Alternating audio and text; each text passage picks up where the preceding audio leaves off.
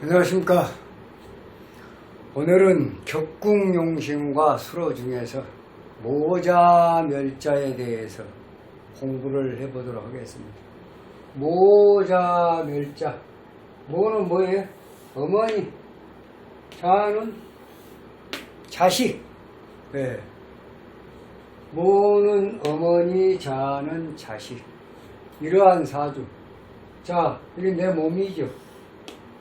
그럼 여기 있는 나무는 뭐예요? 이 인수는 어머니입니다. 나를 낳은 사람은 어머니다. 네. 그런데 어머니가 너무 많고 태왕하다. 그런 얘기입니다. 결국은 모자멸자란 것은 인수 다 태왕하고 일주 정화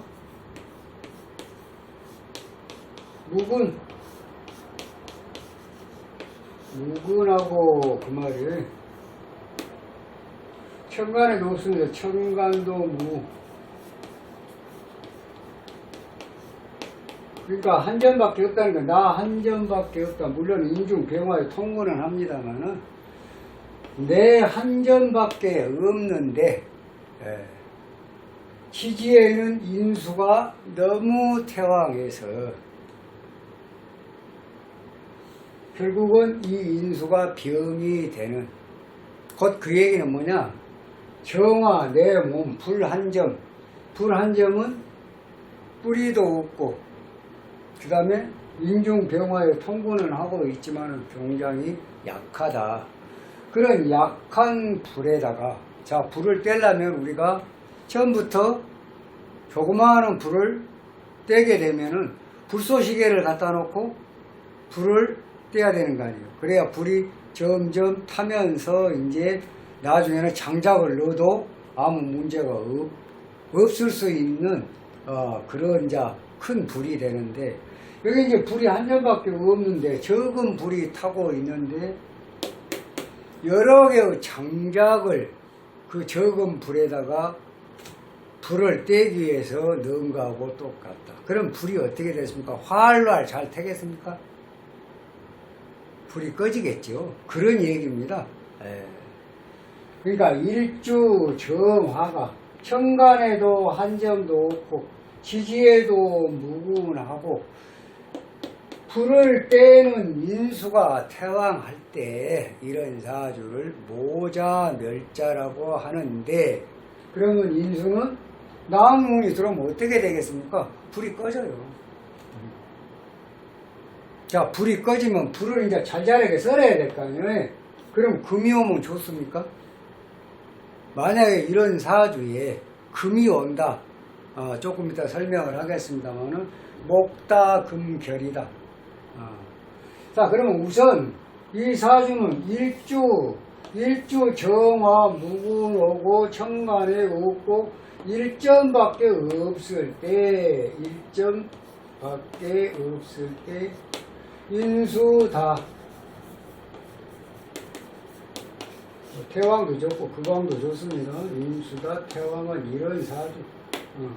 이런 사주를 모자멸자라고 한다. 자, 우선 얼른 보면 정화가 인수가 너무 많으니까 목생화 태왕 됐습니다. 일주가 어쨌든 간에 태왕 됐어요. 그러면 우선 태왕 일주가 강하거나 태왕하면은 관월용신으로 한다. 관월용신으로 관이 전부 살인상생, 관인상생이 되어 있어요. 관월용신으로 못하지. 그럼 뭘로 용신을 해요? 재로 용신은 재가 없어요. 식상을 용신해 식상도 없어요. 그럼 어떻게 해도 어차피 비겁으로 용신할 수밖에 없어요.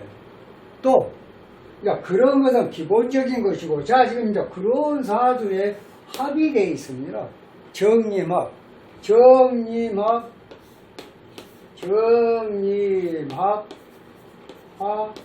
목이 되었습니다. 정림이 합해로 목으로 변했습니다. 목이 너무 태왕하다. 목이 태왕하다. 화신여유격이다. 이런 걸 갖다가 화신여유격이다. 화신여유격이다. 하신 여유는 어떠면 설로 용신을 해야죠. 여유가 있으면 설, 부족하면 생. 그 화가 용신이에요. 이 사주는 화가 용신이다. 화가 용신일 때 여기 있는 물은 병이다. 천간에 있는 무기 토는 약이다.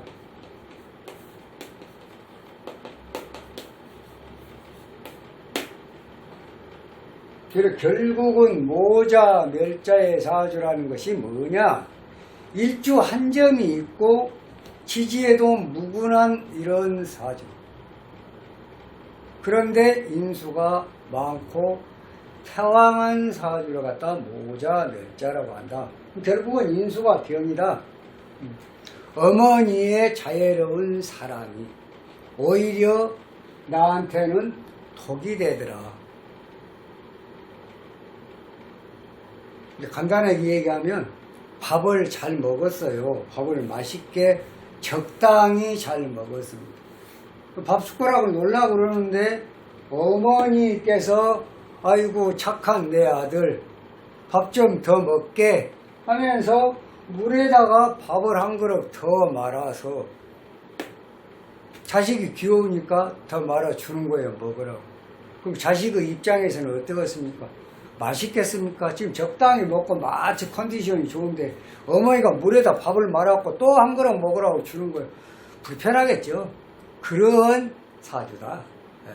그래서 인수가 병이다. 목은 병입니다. 목이 병이고 인수태왕은 병이고 인수를 돕는 물을 납고 또 이 태왕은 금 태왕한 목을 갖다 억제는 금운도 나쁘다. 자, 금이 들어오면 어떤 현상이 되냐? 목다금결이 됩니다. 목다금결.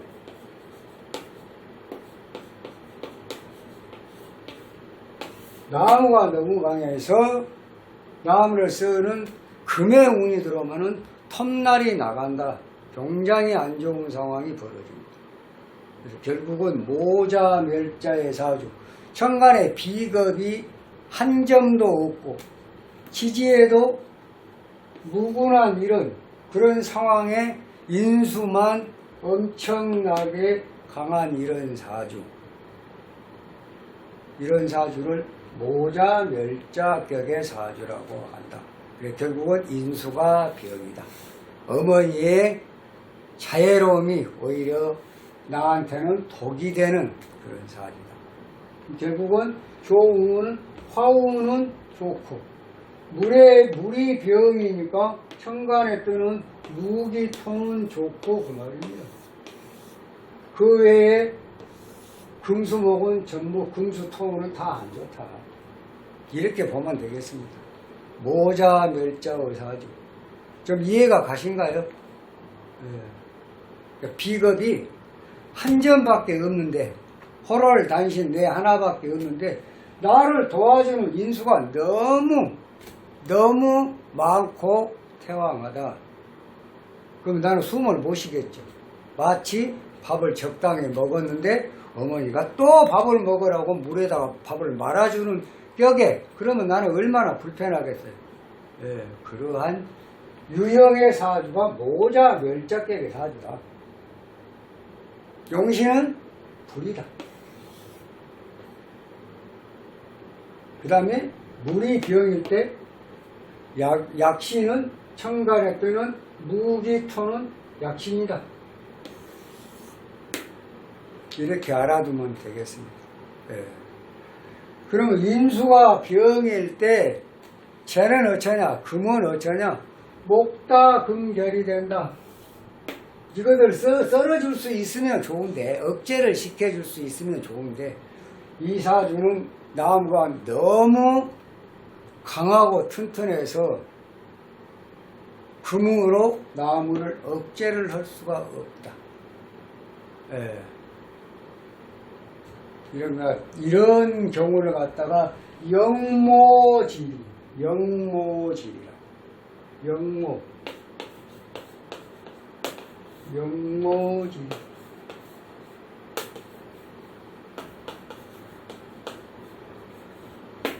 영모질.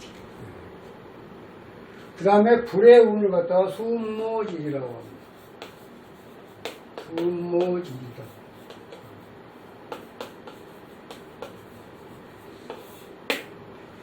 이렇게 이해를 해 주시면 되겠습니다.